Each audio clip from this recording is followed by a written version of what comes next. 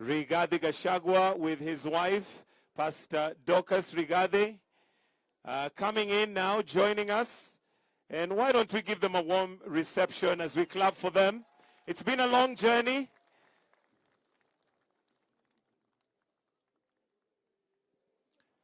It's been a journey. And we have the Deputy President and the spouse to the Deputy President, Pastor Dorcas Rigathi, joining us. Come on, let's give them a warm, warm welcome. Karibuni sana, Your Excellency, the Deputy President of the Republic of Kenya, and your spouse, Pastor Dorcas Rigathi. Karibuni sana. Come on, let's stand up and just give them the honor that is due. Wonderful.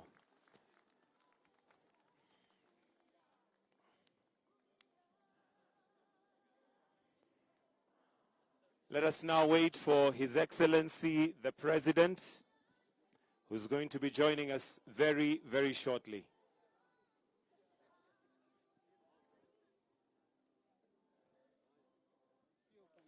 And I can see His Excellency, the President, and the First Lady. Let us be upstanding as we welcome them.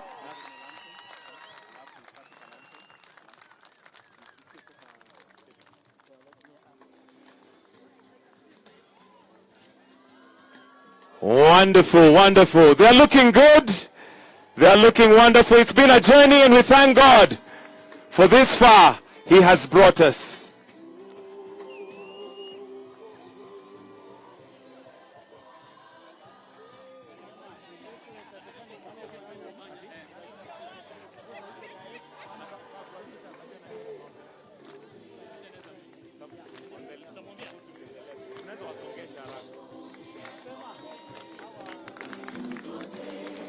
Warm welcome for the President.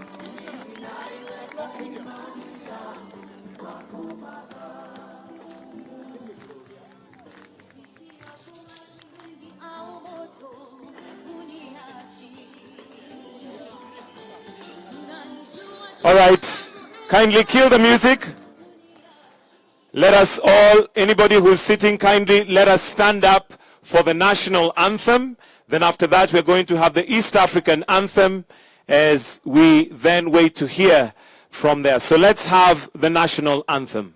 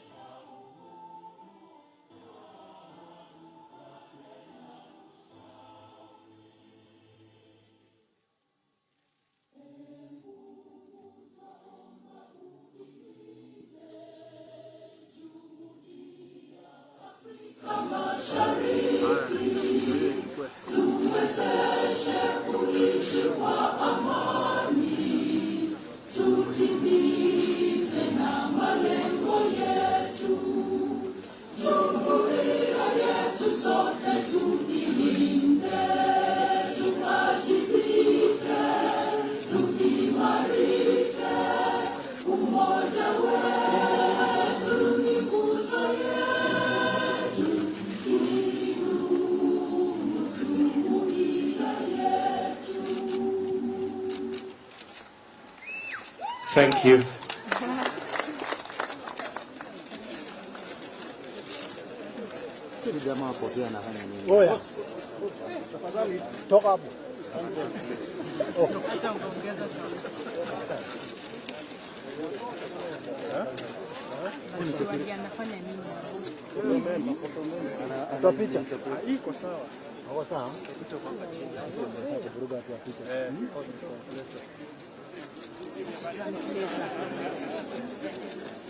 Sarafina, alafu kile ndaje mwingine asonge.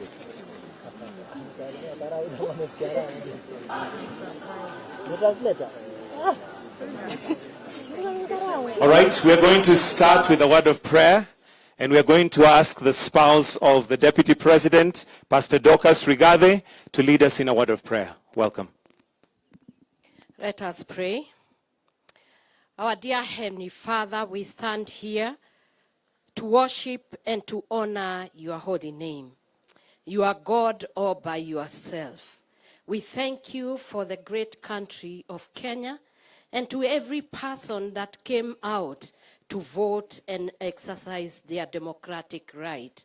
Our Lord and our God, this is their win.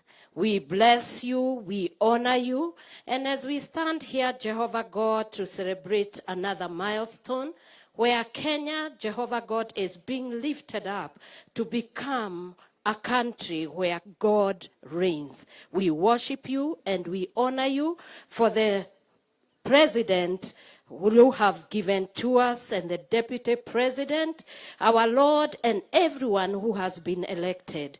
We pray for the unity of all Kenyans, that we will become one people and one nation. Let the unity of God the Father, the Son, and the Holy Spirit become our national anthem. In Jesus' name we pray. Thank you very much. You may take your seats, those of you that have seats. And we'd like to now call Honorable Eden Duale to just come and address us. Welcome. Oh, for prayers, sorry. I beg your pardon. Let's pray. In the name of Allah, the most gracious, the most merciful, praise be to Allah, Lord of the world, the most gracious and the most merciful, Master of the day of judgment. It is you we worship, and upon we call for help. Guide us to the straight path, the path of those who are blessed. You have blessed, not of those against whom there is anger, and none of those who are misguided. Amen. Thank you very much. So for now, I'd like us to, those of us who are seated, stand up as we welcome the Deputy President, His Excellency Rigathi Gachagua, to come and to just address us from the podium. Tumpige makofi tafadhali.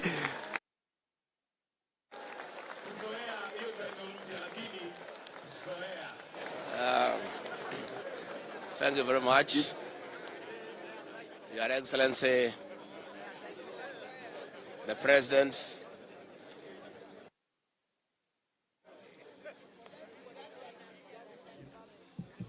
Your Excellency, the President of the Republic of Kenya, Dr. William RUTO,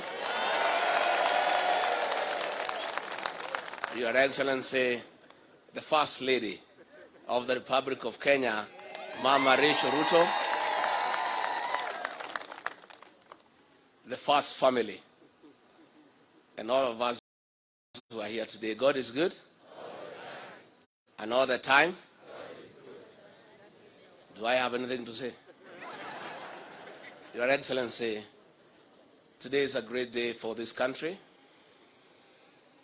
It marks the beginning of the economic transformation of the Republic of Kenya. We are here not to say that we have achieved this victory, but to say that this victory was the work of God. The rocks that were put in our path could not be lifted by a human being. It is all the work of God. And I must say that we have seen the heart of God all through for the last 4.5 years. It's been a long and a tedious journey. Against all the odds, against serious mobilization and weaponization of the state machinery. Today, the son of an ordinary Kenyan whose father and mother are not known is the President of the Republic of Kenya. We thank God. I remember last year, we attended a church function at 7 a.m. somewhere in Kano. And there was an evangelist from Nigeria, and he tried to explain to us why our outgoing leader had abandoned William RUTO. And he told us not to worry. It was all God's doing, so that when he becomes president, no man can say he made you king. Therefore, we give glory to God, and we thank the people of Kenya for what they have done for their country. This is a great country, and Kenya has no problem. The problem of Kenya is one of leadership. Once you put the right leadership into place, this is a beautiful country with very resourceful and hardworking people. All you need is to create the right environment for the people of Kenya to prevail.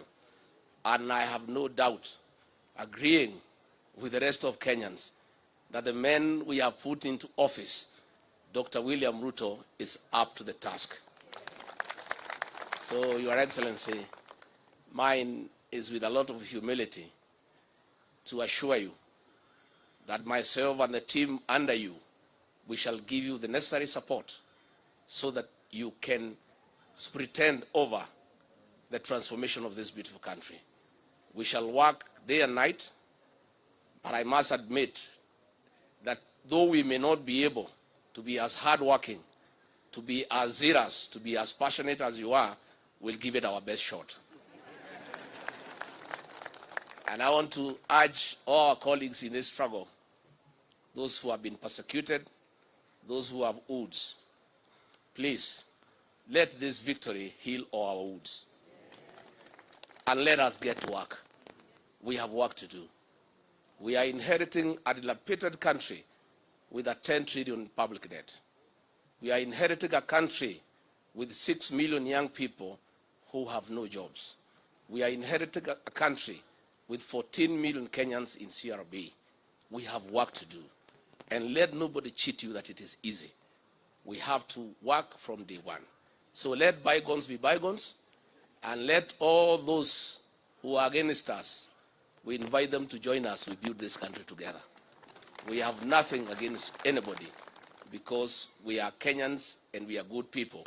And all we want is the economic transformation of our beautiful country. Before I invite our president, let me take this opportunity, Your Excellency, if you may allow me, give a word of assurance to the public service.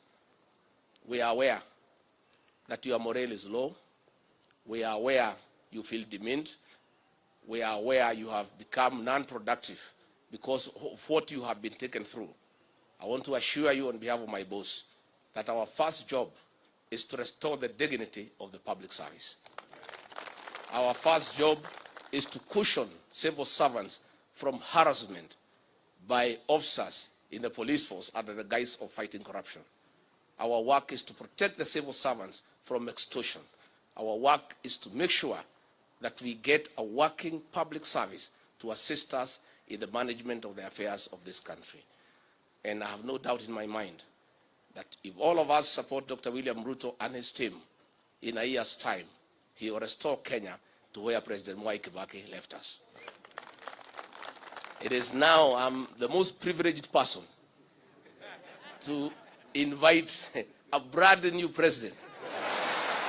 So join me in inviting the President of the Republic of Kenya, Dr. William Samoei Ruto, to come and say something.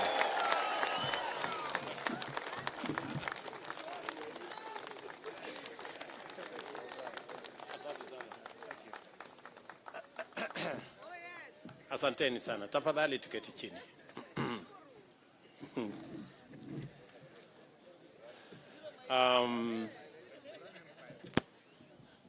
Of course, you agree with me that I am overwhelmed. This is a moment like no other. And let me first take this opportunity to thank the Almighty God. Yes, it is God. I say it is God. Without God, we wouldn't be here. I have gone through many difficult situations, but because of God, we are here today to celebrate that today the people of Kenya have made a choice, and that choice has been confirmed by our judiciary. Let me first and foremost say we are truly grateful as a team, as the Kenya Kwanza team. We are grateful to God because we have come a long journey. We have worked hard. But as the Bible teaches us in Proverbs 20 verses 7, that some trust in chariots and others trust in horses, but we trust in God. It's not the waking up early. It is not the working long hours. It is the favor and the grace of God that has gotten us here. And we are acutely aware of that. Let me also, in a very special way, thank many people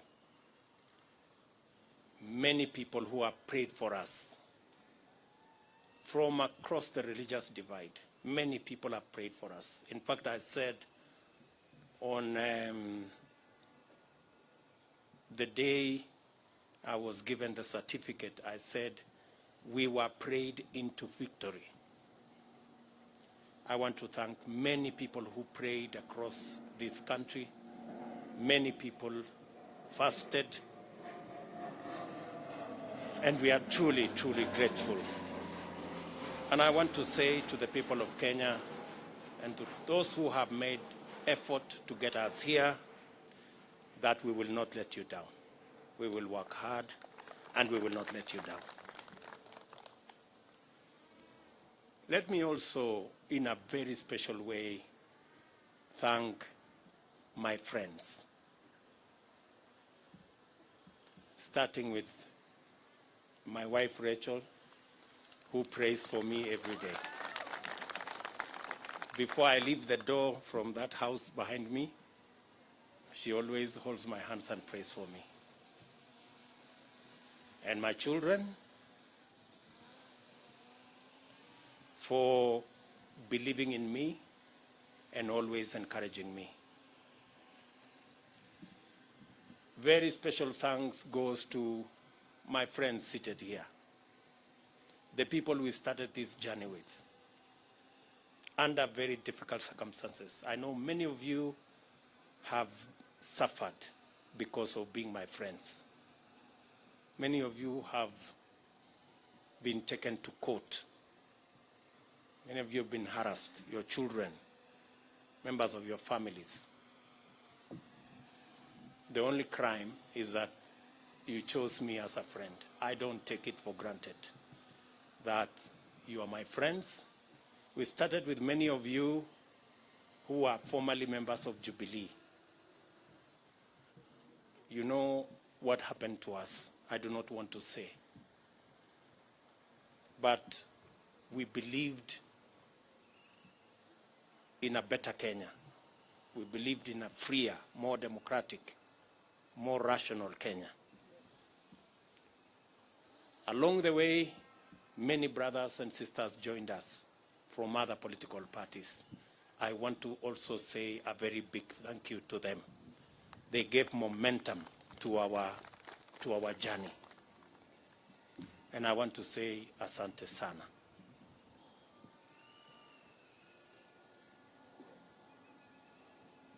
Let me also congratulate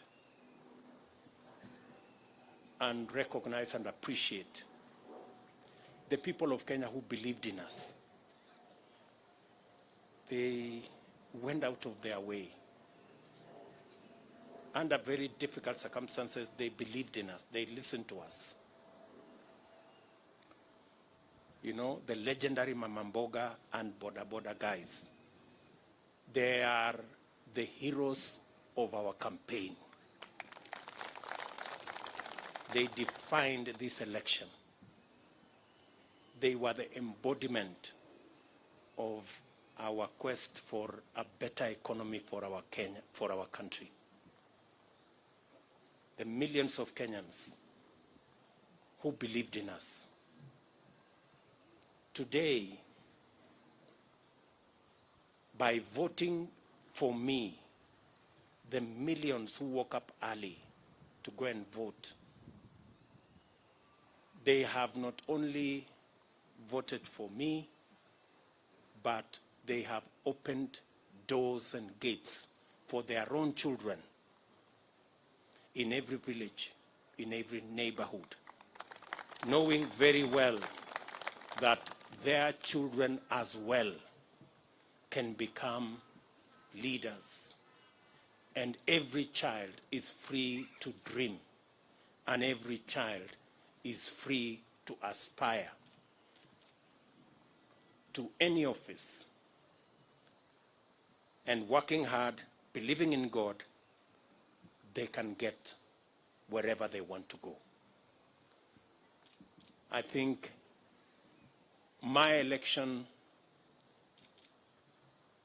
opens possibilities for all our children, irrespective of their background, irrespective of where they come from, irrespective of their financial status. But this afternoon, with the unanimous decision of the Supreme Court of Kenya, our lengthy, suspenseful, and protracted election has come to an end. My fellow presidential candidates and I made our respective cases before Kenyans and submitted ourselves to their sovereign decision at the ballot. After the results of the vote were declared, it was taken up before the Supreme Court for scrutiny to make sure, beyond all doubt, that the will of the people had prevailed. The court returned its verdict, and I welcome it with tremendous humility. I salute the judges of the Supreme Court who have performed their duty with utmost fidelity to the Constitution. They listened to all parties, considered all issues, applied the law, and demonstrated their learning, impartiality, and patriotism. Their professionalism has elevated the stature of the judiciary, enhanced the place of petition process in legitimating election results as the true reflection of the people's decision, and afforded the nation an opportunity to reflect. It also afforded the nation an opportunity to debate and to come to terms with the implications of the last general election. I do not take this for granted, and I thank the judiciary in general and the Supreme Court in particular for staying strong as the shining beacon of constitutionalism and the rule of law, even in the most daunting of circumstances. And you know what I mean. The Supreme Court scrutinized, examined, and dissected and tested the declaration of the Independent Electoral and Boundaries Commission against the high standard established by the Constitution. The decision vindicated the Commission's effort to go all the way and deliver an election that exceeded public expectation and fully met the constitutional threshold of a secure, transparent, free, fair, and accountable election.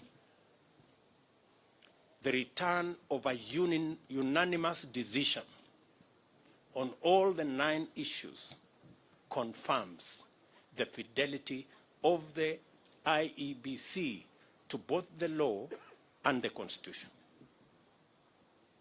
I therefore commend the Commission for their noble achievement at tremendous and regrettable cost to serve the people of Kenya by ensuring that their sovereign will is upheld. As I do that, we are all aware that there are men and women who lost lives in this election when they shouldn't.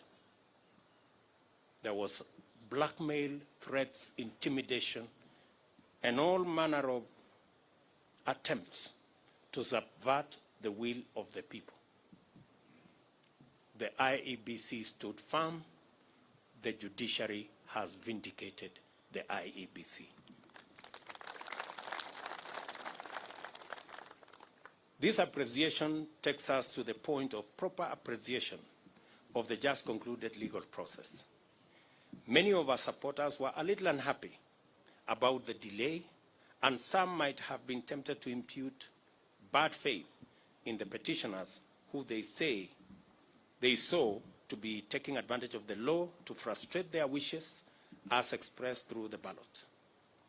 A lot of this anxiety is the result of long-standing suspicion of national institutions, especially when political contestation is involved. The Constitution of Kenya 2010 has done a lot to create comfort in institutions and the rule of law, and we continue to make encouraging progress on the path towards becoming a higher trust society, standing fully on its constitution. It was therefore perfectly legitimate for the petitioners to go before the Supreme Court to have their questions answered, doubts assuaged, and fears allayed. By exercising their constitutional right to take advantage of opportunities to establish the truth, the petitioners tested the result and inscribed upon it the highest stamp of judicial, legal, and constitutional approval. Our electoral and judicial institutions have won, and the Constitution has asserted itself and prevailed. My esteemed competitors now have a credible basis on which to consider the outcome, and we are vindicated by the choice of the people of Kenya.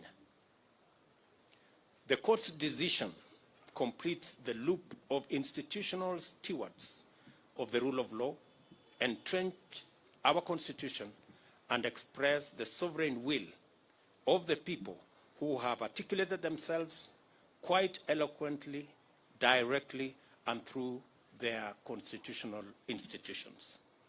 I congratulate all patriotic Kenyans who presented themselves as presidential candidates. It is not an easy decision, and a national campaign is not a walk in the park at best. I want all of you to know that your effort is acknowledged and deeply appreciated. Wahiga Mwaure and Ruth Musheru, George Wajakoya and Justina Wamai, the Honorable Raila Odinga and the Honorable Martha Karua. May the spirit of love for country and selfless service lie long in your hearts, and may Almighty God always remember you. Competitive electoral politics can make and has made our politics an arena utterly devoid of grace. This fills the life of political candidates with loneliness, worry, and exaggerated sense that the stakes are do or die, and elections therefore matters of life and death.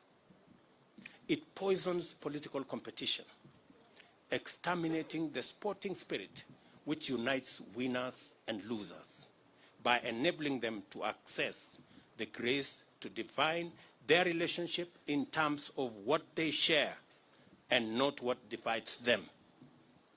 Democracy is expected to unite a people, strengthen their society, and improve their institutions, and must not become an acrimonious, fearful, and desperate enterprise.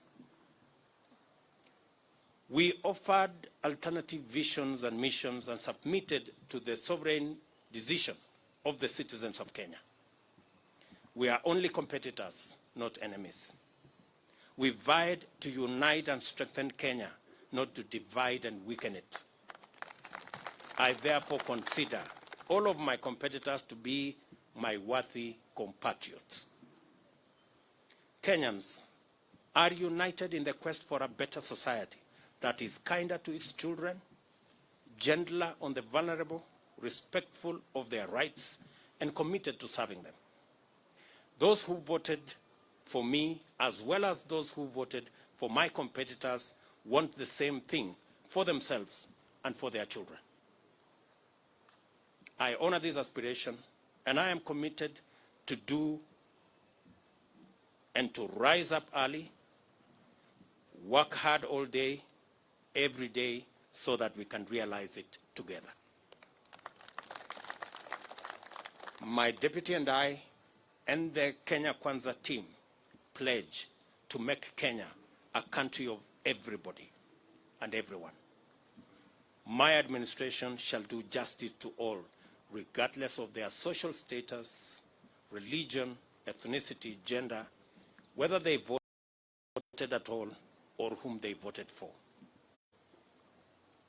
I therefore extend a hand of brotherhood to all my competitors and to all their supporters. We are not enemies, we are Kenyans. Let us unite to make Kenya a nation where everyone shall be proud to call home.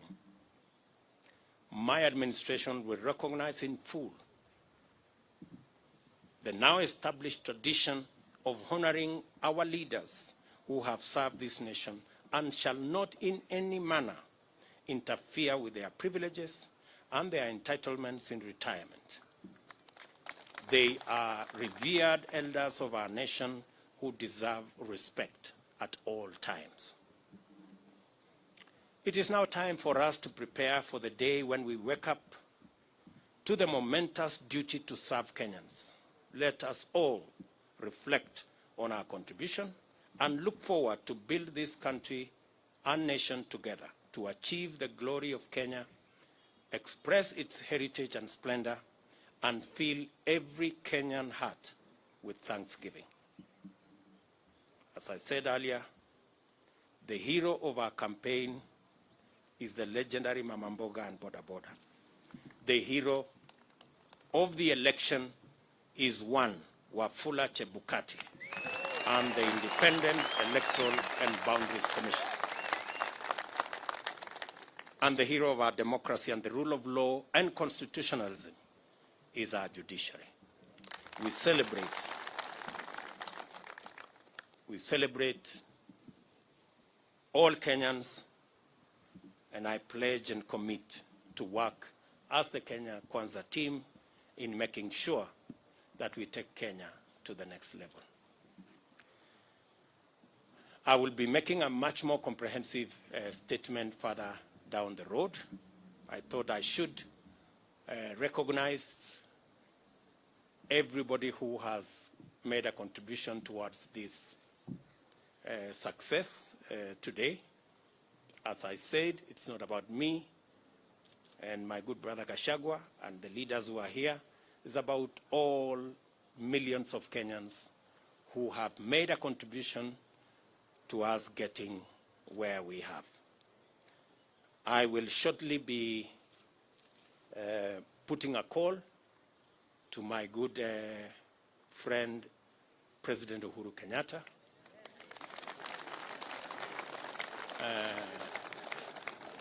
We have not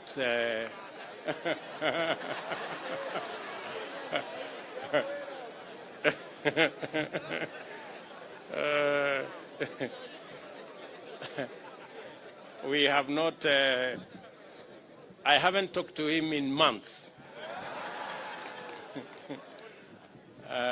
But shortly I will be putting a call to him so that we can have a conversation on the process of transition.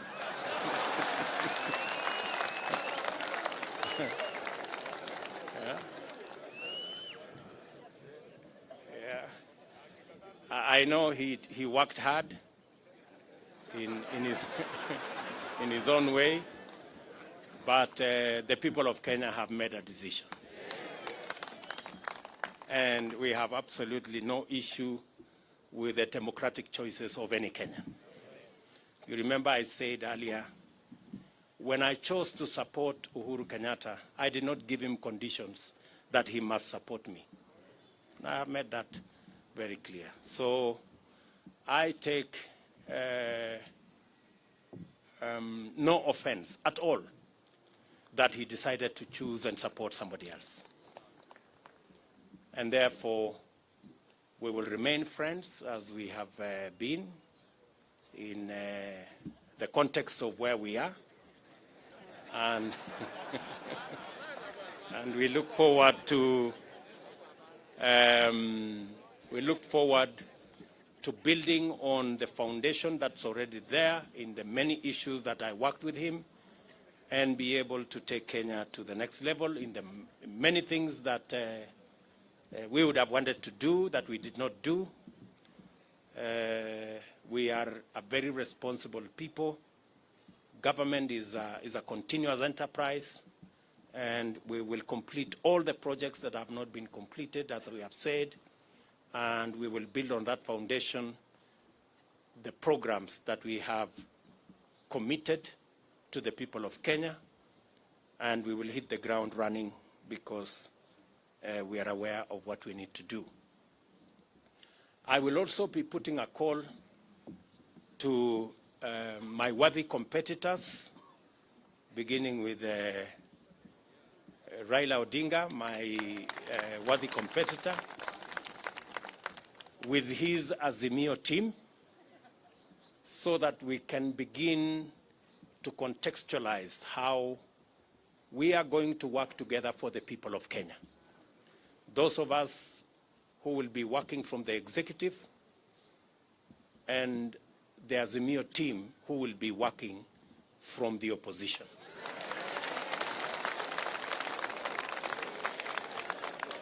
And as I committed to the people of Kenya, I believe in the rule of law. I do not believe in the handshake stories.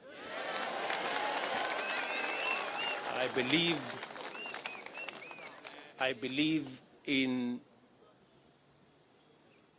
an accountable government held to account by a responsible opposition. That is how Kenya is going to move forward. And so I look forward to a conversation on how they will hold us to account and make sure that we deliver on the commitments that we have made to the people of Kenya, and public resources are put to good use in an accountable manner, and so that we can reap the benefits of what the people of Kenya have done in electing us into office. We will then be working with all the other people as we get down to doing what we committed to the people of Kenya that we do. I know there is huge expectation. Many people are texting me and asking, when is the Hustler Fund going to be launched? Many people are asking me, many farmers want to know when subsidized fertilizer will be available so that they can get on with a journey or with a business of growing food for us so that we can reduce the cost of living. Many farmers are asking when we are going to begin the journey on agro-processing and value addition. Many people across Kenya want to know when we are going to begin our housing program. I want to commit that as soon as we are sworn into office, in fact, beginning tomorrow, I will be working with the people in government offices so that by the time we get sworn in, we will have work to do and begin the process of implementing our plan.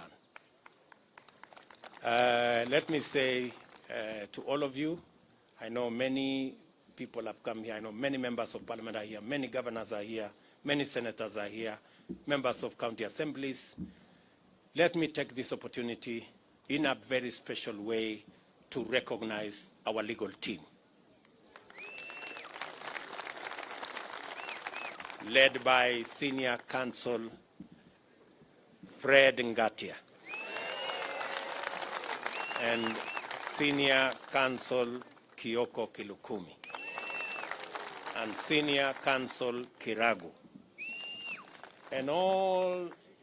and of course, my chief agent and team leader of the legal team, Professor Abraham Kidhure Kindiki. And all the senior lawyers here, let me not mention all their names. We had the best legal team anybody could assemble. And we are very proud of you, ladies and gentlemen. Thank you very much for protecting our victory and for doing your bit. I remember when I talked to them, I told them those of us who are politicians have done our bit. We handed over the baton to them, and I told them they should not drop the baton.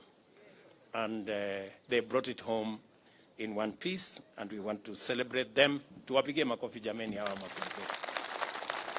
Let me also say, for good record, that these great men and women, our legal team, volunteered their services for free.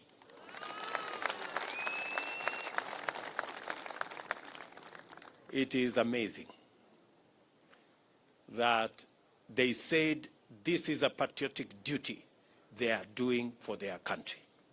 And they were going to donate their time, their intellect, their professionalism to make sure that they do that is what is right for Kenya. Ladies and gentlemen, I sincerely appreciate on behalf of the Kenya Cancer team your sacrifice, your contribution, and your commitment to this journey. Asanteni sana. Of course, there are many volunteers.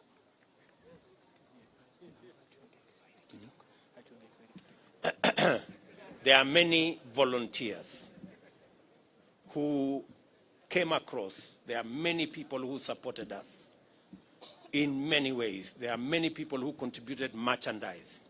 Many people contributed resources of all types, merchandise, airtime, equipment, transport, and it was just amazing. We ran a campaign. Many people believed that I was very organized, but I want to tell you, it was not me. Everybody made a contribution. That's why the whole thing looked seamless. We didn't have to push nobody to do nothing. Everybody did what they were supposed to do without asking. So I want to say thank you very much to our team. I want to announce that this marks the end of the politics of deceit and the politics of betrayal and the politics of conmanship. It is the end. We want the politics of the Kenya of the future. Every leader must be held to account on what they say, and they must match what they say with what they do. I promise you, ladies and gentlemen, that with the opportunity God has given us, we want to have a country based on the rule of law. As my deputy has said, the criminal justice system will be reserved for fighting criminals and criminality and making sure that public resources are protected and criminals are brought to book. The criminal justice system will never be used again for political reasons.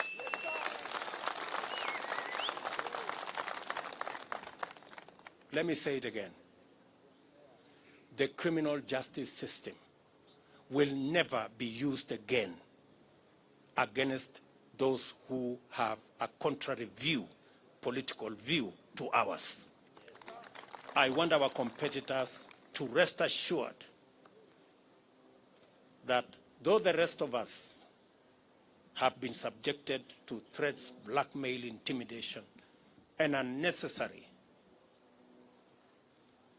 fights, I commit that under our administration, nobody will be vilified or victimized or prosecuted for holding a contrary political view from ours. This is a democratic country, and we want to remain so. Our competitors have nothing to fear, like the way many of our supporters have had everything to fear for being our friends or for holding a contrary view from those who wielded power. So, and as I have said, we will respect our President, Uhuru Kenyatta, in his retirement. We will give him the respect and dignity a former head of state deserves. We are honorable people. We are not petty, and we are not jealous. He has done a good job, and he will have his place in the history of Kenya. So nobody should peddle any falsehoods or that we harbor anything against the President of Kenya. When our good friend Raila Odinga retires also, we will give him the respect he deserves as a Kenyan leader who has made a huge contribution to the democracy of our nation, and every other leader that deserves respect. So to all our friends out there, we want to grow a nation. We want to build a society that is based on the rule of law and respect for our elders. So let me leave it there for now. The rest of the things we are going to say, I will take maybe 1 or 2 questions so that we can conclude this press conference. Na nitasema kwa Kiswahili, nitajibu maswali kwa Kiswahili. Si tumekubaliana? Kama mnataka niseme Kiswahili kidogo, nimesema ya kwamba kwa niaba ya team ya Kenya Kwanza tunamshukuru Mungu kwa sababu ya kutupatia ushindi. Hii ushindi si ya William Ruto na Gachagua, ni ushindi wa mamilioni ya Wakenya walioamka asubuhi na mapema kupiga kura ili hata na watoto wao waweze kupata nafasi ya kuwa na ndoto ya kuwa viongozi katika taifa letu la Kenya. Nimesema vile vile ya kwamba tunawashukuru wale wote, hasa IEBC ambayo ilisimamia uchaguzi katika taifa letu la Kenya. Mbali na changamoto za makomishna ambao waligawanyika pale mwisho, IEBC ilifanya uchaguzi ambao ulikuwa wa huru na haki, na kila Mkenya ametosheka. Ma-MCA wamechaguliwa, wabunge wamechaguliwa, maseneta wamechaguliwa, magavana wamechaguliwa, na leo mahakama ya upeo imeidhinisha uchaguzi wa rais pamoja na naibu wa rais, kumaanisha ya kwamba IEBC ilifanya kazi ya muhimu. Na nimesema shujaa wa uchaguzi huu ni Wafula Chebukati na makamishna waliohakikisha ya kwamba uchaguzi huu haujapatilishwa na watu ambao walikuwa na njama ya kuharibu uchaguzi wetu. Nimesema vile vile tutapata nafasi kama viongozi kuongea na rais wetu ambaye anaenda kustaafu ili tuweze kupanga mambo ya kukamilisha succession kwa njia na taratibu ambayo iko na heshima. Na nimesema vile vile, kama vile tuko na desturi kama taifa, viongozi wetu wote wale ambao ni elders wa taifa letu, viongozi wanaostaafu kama rais, watapata heshima na watapata haki yao katika mahali pa heshima katika taifa letu la Kenya, na hakuna wasiwasi yeyote kwa mtu yeyote kwamba kutatokea na jambo lolote. Yale ambayo yamefanyika, Waswahili wanasema yaliyopita si ndwele, tugange yaliyomo na yajayo, na hivyo ndivyo tutakavyofanya. Tumekubali vile vile ya kwamba kamwe criminal justice system katika taifa letu la Kenya haitatumika kuendesha mambo ya siasa katika taifa letu la Kenya. Wanasiasa wote wako na huru wakuwa na msimamo tofauti tofauti ya kisiasa bila ya kujali ya kwamba watashurutishwa, watalazimishwa, watafunguliwa mashtaka yasiyo na maana. Hiyo haitafanyika katika taifa letu pale tukiwa viongozi katika taifa letu la Kenya. Wananchi wengi wamehangaishwa, wamesumbuliwa, wamefanyiwa mambo mengi kwa sababu ya misimamo yao ya kisiasa, na tumesema haya mambo tutayakomesha. Tunataka kuwa na nchi ya demokrasia, mahali maoni ya kila mtu ni ya muhimu na hakuna mtu atashurutishwa kuwa na msimamo mmoja ama msimamo mwingine. Any questions, good people? Thank you very much. I don't think you have any questions. Uko na swali ya kusema nini? Sema jina. Your Excellency, congratulations on your win. My name is Ibrahim Karanja. I work for NTV. You have repeatedly said during the time the IEBC declared you as a winner, and even now when the Supreme Court has upheld your win, that you will work your government and with the opposition to the extent that it remains in the opposition.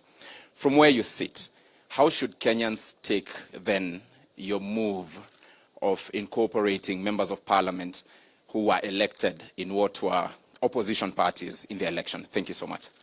Thank you very much. You know, as I have said, there are many people who today are in Azimio, not because they want to be.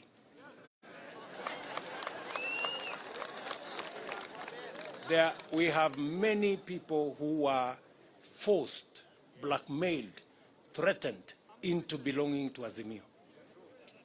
There are many leaders. If many of these leaders, if they tell you their stories, they are horror stories. Many of them were told, if you don't join Azimio, this court case, KRA will be brought on you, and many other threats. And that's why I said the other day, our good brothers, competitors on the other side, they have to really think of how to take their coalition into the future now that they don't have the instruments of blackmail, threats, and intimidation. Because they have built their coalition using force and blackmail.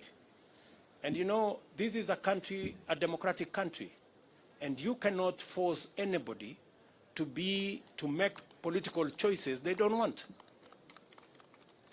Imagine even a law was passed that makes people prisoners of a certain coalition. That once you sign a piece of paper here, and they make sure you sign that piece of paper at night when the lights are switched off. And then you are told, once you sign, you cannot leave. You know, that is not a country that we all wanted to belong to. So, there will be people who will want to join Kenya Kwanza, and you know a majority of the people who have decided to come and join Kenya Kwanza actually were people who we were together before. They were just boxed into a corner, threatened, blackmailed, and told they must belong to a different formation. So, because we are a country of free choices, yeah, I want you to know that we will have an opposition in Kenya. There will be no handshake like the one we witnessed before that creates a mongrel of a government where nobody knows where the line is. That one will not happen. But there will be people who will choose because of preference, because for example, I'm sure maybe you're talking about Ali Roba and his team. Ali Roba and his team are members of Jubilee. We were together. Or Kiraitu Murungi for that matter. These are people we were together. They were just told, you must be here, otherwise X, Y, and Z will happen. Now that we are breathing fresh air and freedom has arrived, they are now, they can now make the choices. Thank you very much. Any other question? Yes, my good friend.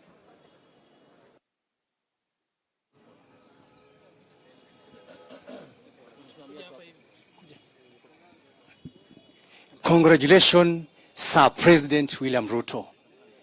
My name is Kevin Mihona from Mwangaza TV. Your Excellency President, there are young men like us who had some different thought about the verdict of this ruling of the court.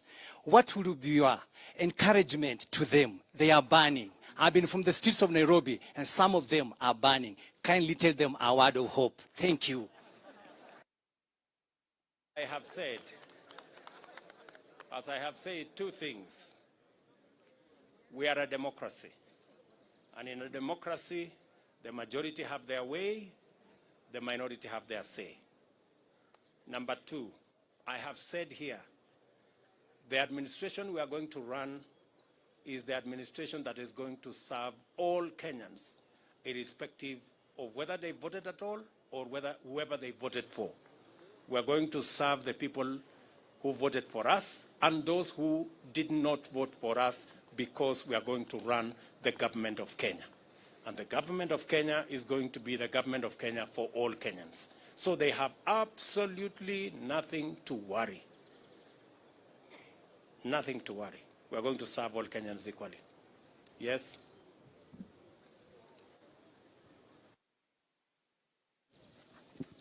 Mr. President, congratulations.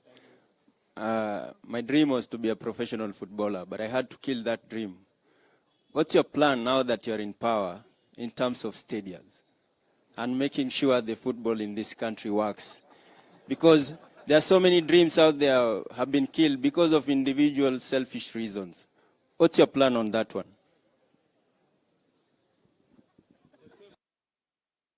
People of Kenya have made my dream a citizen from nowhere come true. As I have told you, I will work hard. You have read our manifesto on matters to do with sports, and we will work hard to deliver on our commitment so that people like yourself and many more who have dreams and their dreams stagnated or died because there was no opportunity, that we create that opportunity so that people like yourself or even other people who have aspirations like yours can also attain or make their dreams come true. That's how. That's how. Yes, one last question. Yes, give yes. We understand that from the Constitution, Chapter 9, Article 141, the President shall be sworn in the first Tuesday after 7 days. What is this one thing that you will promise Kenyans that you will deliver within the first 100 days once you assume office? Njenga Wamboi. And how is Inoro, by the way?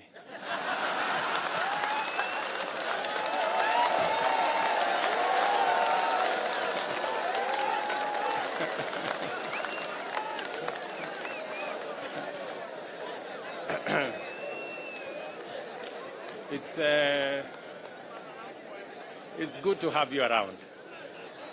And I want to promise you that you will be treated equally like all other Kenyans. I know sometimes people think the people who really fought hard against us, that we have grudges. We don't. We are Democrats. And we will work together. However, your question on the first 100 days, let me not say it today. I will be making a statement on my inauguration. Just be patient kidogo. Sawa bwana Njenga. Asante. One last one. Where are my good friends from Citizen?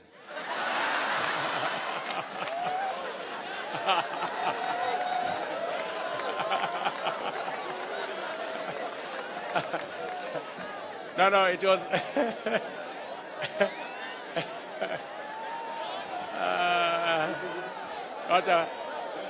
No, it's okay.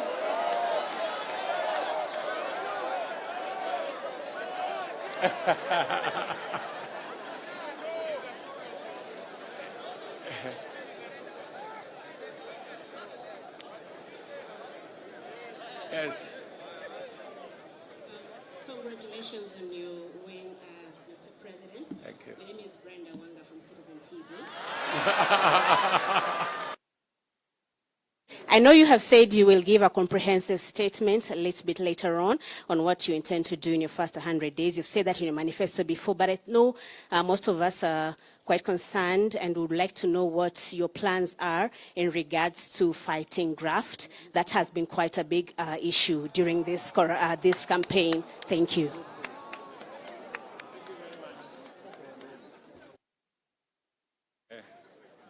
I think it's a fair question. And how is my good friend Leto, by the way?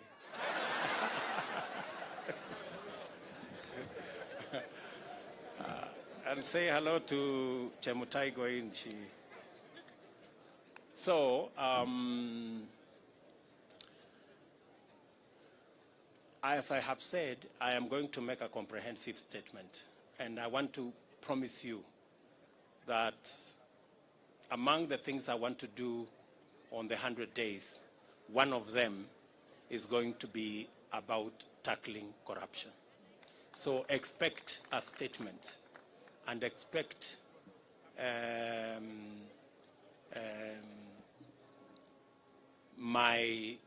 are two things that I said in the manifesto. Number one is the judiciary fund. And number two is to have an accounting officer for the police and the entire criminal justice system so that they will never depend again on resources from the office of the president. They will have their own independent budget and an accounting officer so that they can go after anybody that is involved in graft or in wastage or in theft without getting permission from the office of the president. We will treat those institutions as the Constitution expects us, as independent institutions. But I'm going to make a statement about on that, or as among the things that will be in my 100 days to do list. Sawa. Very good. Otherwise, I think we can leave it there for today. Mimi nataka niwaambie asante sana for coming. All the good friends from the media, thank you very much. We're going to be sharing information with you as often as we can. And I am just requesting that let's put the campaign behind us and let us look into the future together. We may all have supported different candidates, but the people of Kenya have made a choice. Si ndio? Si sasa tujipange tu kwenda mbele pamoja. Bas, asanteni sana na watakia baraka ya Mungu. Thank you.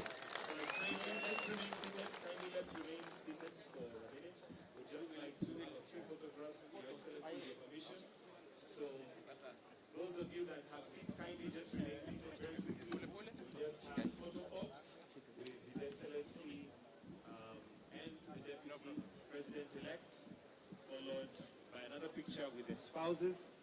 Then we shall also have the legal team, followed by members of parliament. So,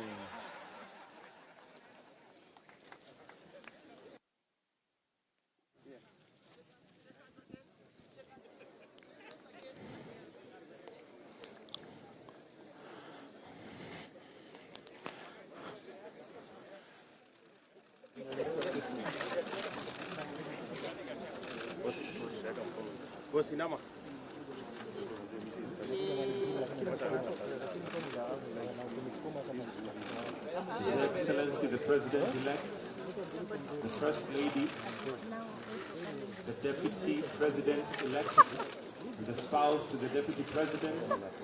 Wonderful picture right there. Next, we'd like to call the legal team. So we'll ask His Excellency to just step back so that the podium is bigger. We'll have the legal team to have the next picture.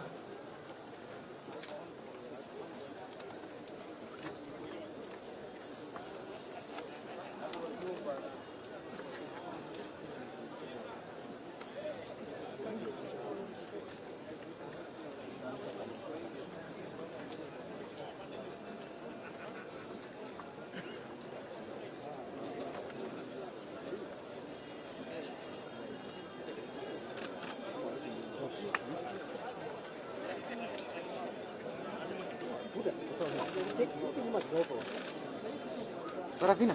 Nyuma kidogo bana. Photographer yetu.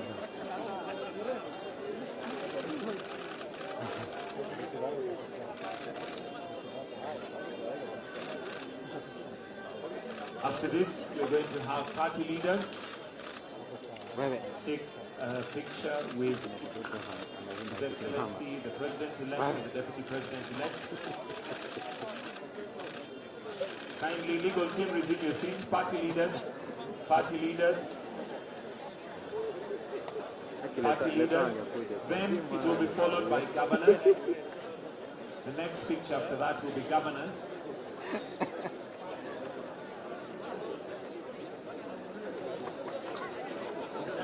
Party leaders followed by governors. So we have party leaders first. Party leaders.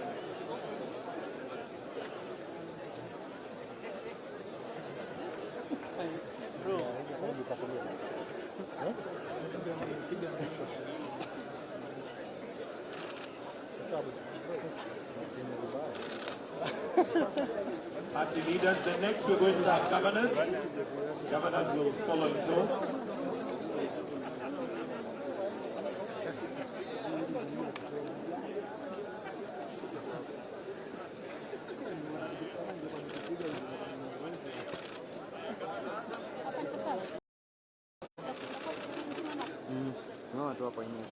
All right, governors.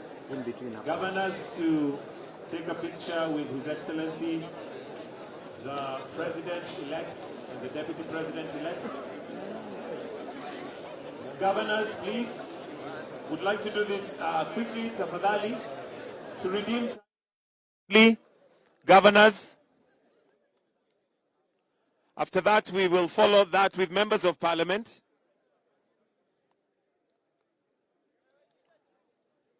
Governors. Let's wait until the picture is taken, tafadhali.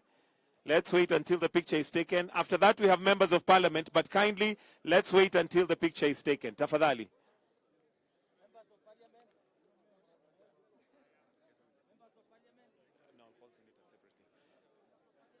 Members of parliament.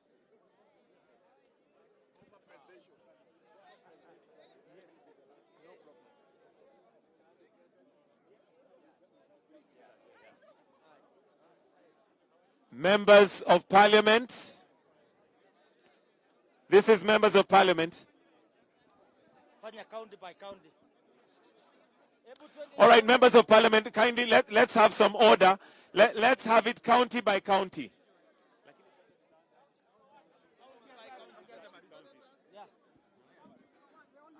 Okay. Please. I'm requesting all members of Parliament to JV to answer regions. Please, tufanye haraka tafadhali. Tuanze na coast. Let us start from coast. Kuja hivi. Coast province. Let's move like this, kindly. Wait. Boss. Please, you are not a member of Parliament. Come this side. Kindly, let's just move. Tafadhali, we want to do it in regions. So I'm requesting that we kindly just move so that the picture can be taken. Tafadhali.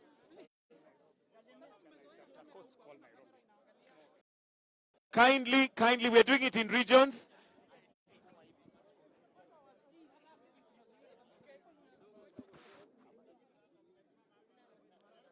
Tafadhali, tusonge nyuma ili picha iweze kupigwa. All right, kindly let everybody go and sit down. Let's all sit down. Let's all sit down. Tafadhali, tuketi sisi wote. Please, let's all sit down. Let's all sit down. Let's all sit. Let's all take our seats, please. Let's all take our seats.